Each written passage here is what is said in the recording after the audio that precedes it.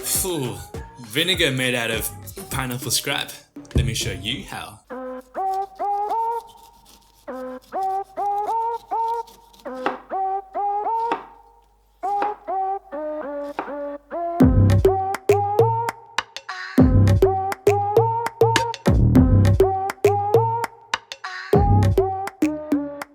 G'day guys, how's it going? Welcome back to Sam Kitchen. My name's Sam Lin. I'm a home cook who's really passionate about sustainability and more importantly, save money by making things at home, and hopefully I can help you guys do the same in your own kitchen as well. Got my friend Piney over here. He's got a pretty cool haircut and he's super chilled and a bloody good looking bloke.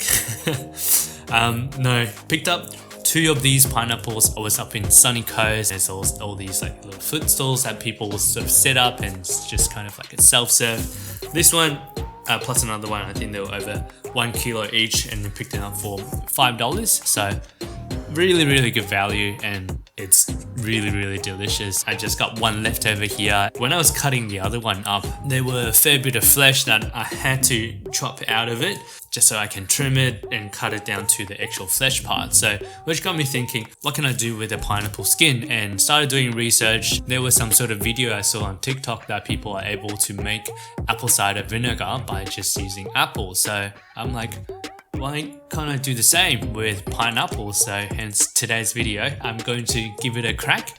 I will be butchering this pineapple and then we'll put the skin into a jar to ferment, and the process is going to go for 2 to 3 weeks. It's an experiment, but also being able to utilize the food waste that is otherwise go into compost. So I figured why not give it a crack, bring you guys along and let you know how I go. So let's jump right into it.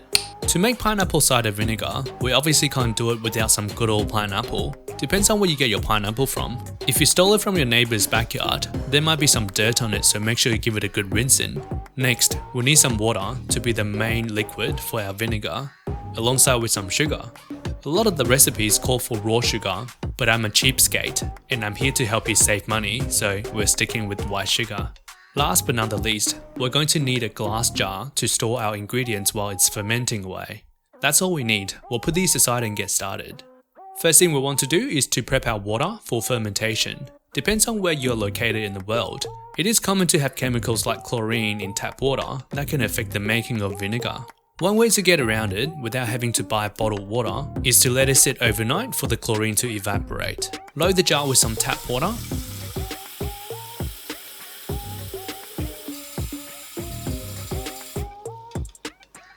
And we'll leave it on the kitchen bench for 8 to 24 hours.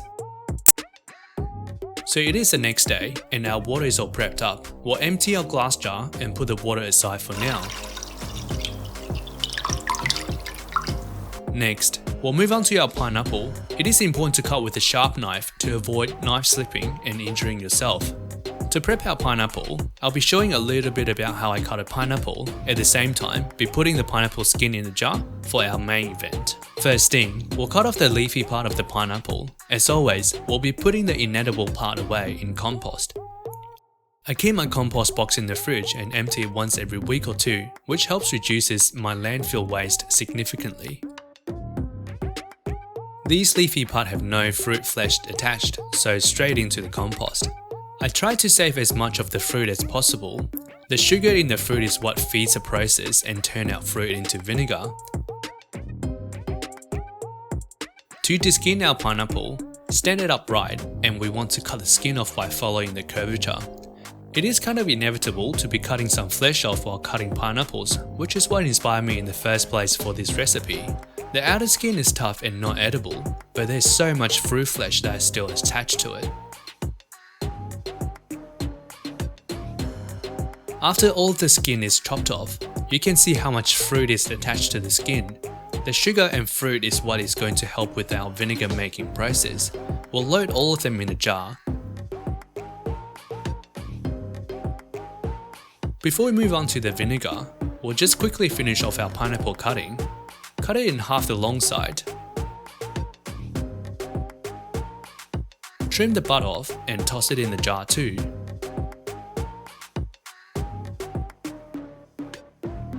Cut it in quarters, and we'll cut the tougher core to either eat it separately or chuck it in the jar too. With the D-cord quarter pineapple, we'll cut it into bite-sized chunks, and that is how you cut pineapples. We'll put them aside and move on to our vinegar.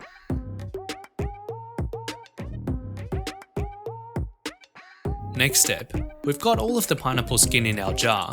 We'll measure out the amount of water that'll fit in the jar. My scale didn't agree and maxed out the measurement, so I had to grab a separate container to measure out the water again, which gave me 880 grams. To make vinegar, we wanted 1 to 5 sugar to water ratio solution, so with 880 grams of water, we'll need 176 grams of sugar. Add our sugar into the jar and pour our measured out water back in. Give it a good stir to dissolve our sugar. Most of the sugar would sink to the bottom, so don't stress too much trying to dissolve all of the sugar crystal. As part of the fermentation process, there will be CO2 generated. We want to make sure the jar lid is shut so no flies can get in, but not trapping all of the gas in as it will build up the pressure and the jar can certainly be quite dangerous. We'll use the rubber band trick again, tie it around a couple of times so it's nice and secure, but the gas can still escape when needed. Now the lid is nice and secured. Give the jar a good shaking to make sure all of the sugar is dissolved.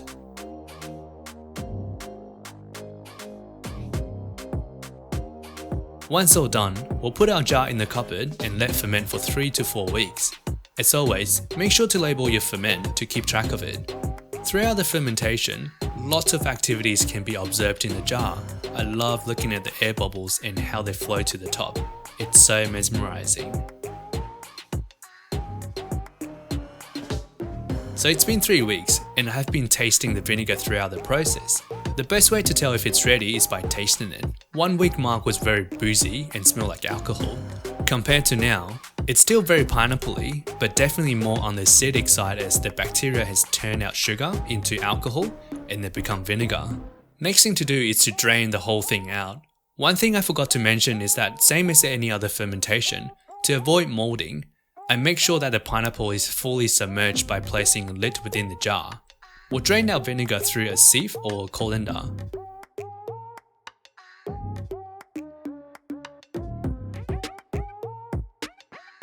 And now, I think we've done pineapple skin its justice and they can now go to the compost land and return to the mother nature. Last but not least, we'll bottle up our pineapple cider vinegar.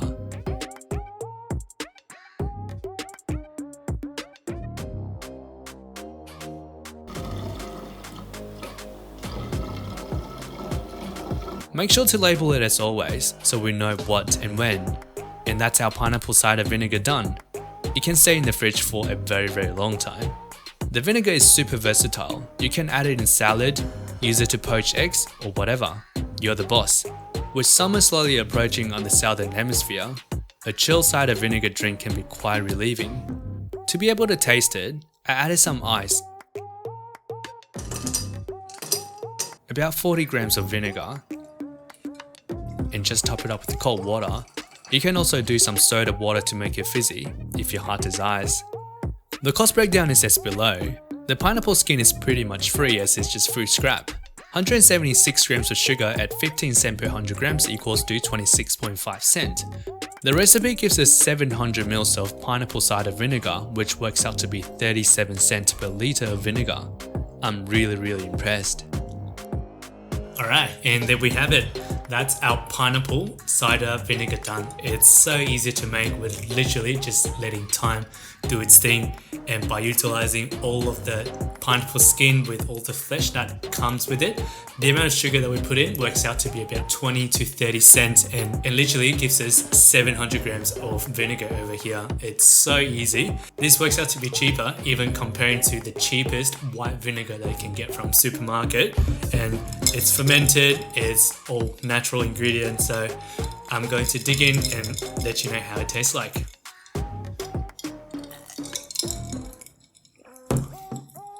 You can definitely still taste the pineapple. It's a little bit funky and still got that slightly tang and a little bit of that alcoholic kind of flavor. To me, the flavor is really interesting. It's really not the most refined flavor that you can find out there, but it's all natural. It's supposed to be good for you, so I would make more batches of this and even just keep it as a replacement of the cheap vinegar that I can get. It's cheaper, it's utilizing food scrap, and I'm keen to see if I can do the same with any other of the fruit peels, apple, and so on, and get the same result. Thank you so much for tuning in. If you've been enjoying the video, make sure you give it a like and consider subscribing to the channel. I have a new video coming out on a weekly basis. Thank you so much, and I will see you in the next one.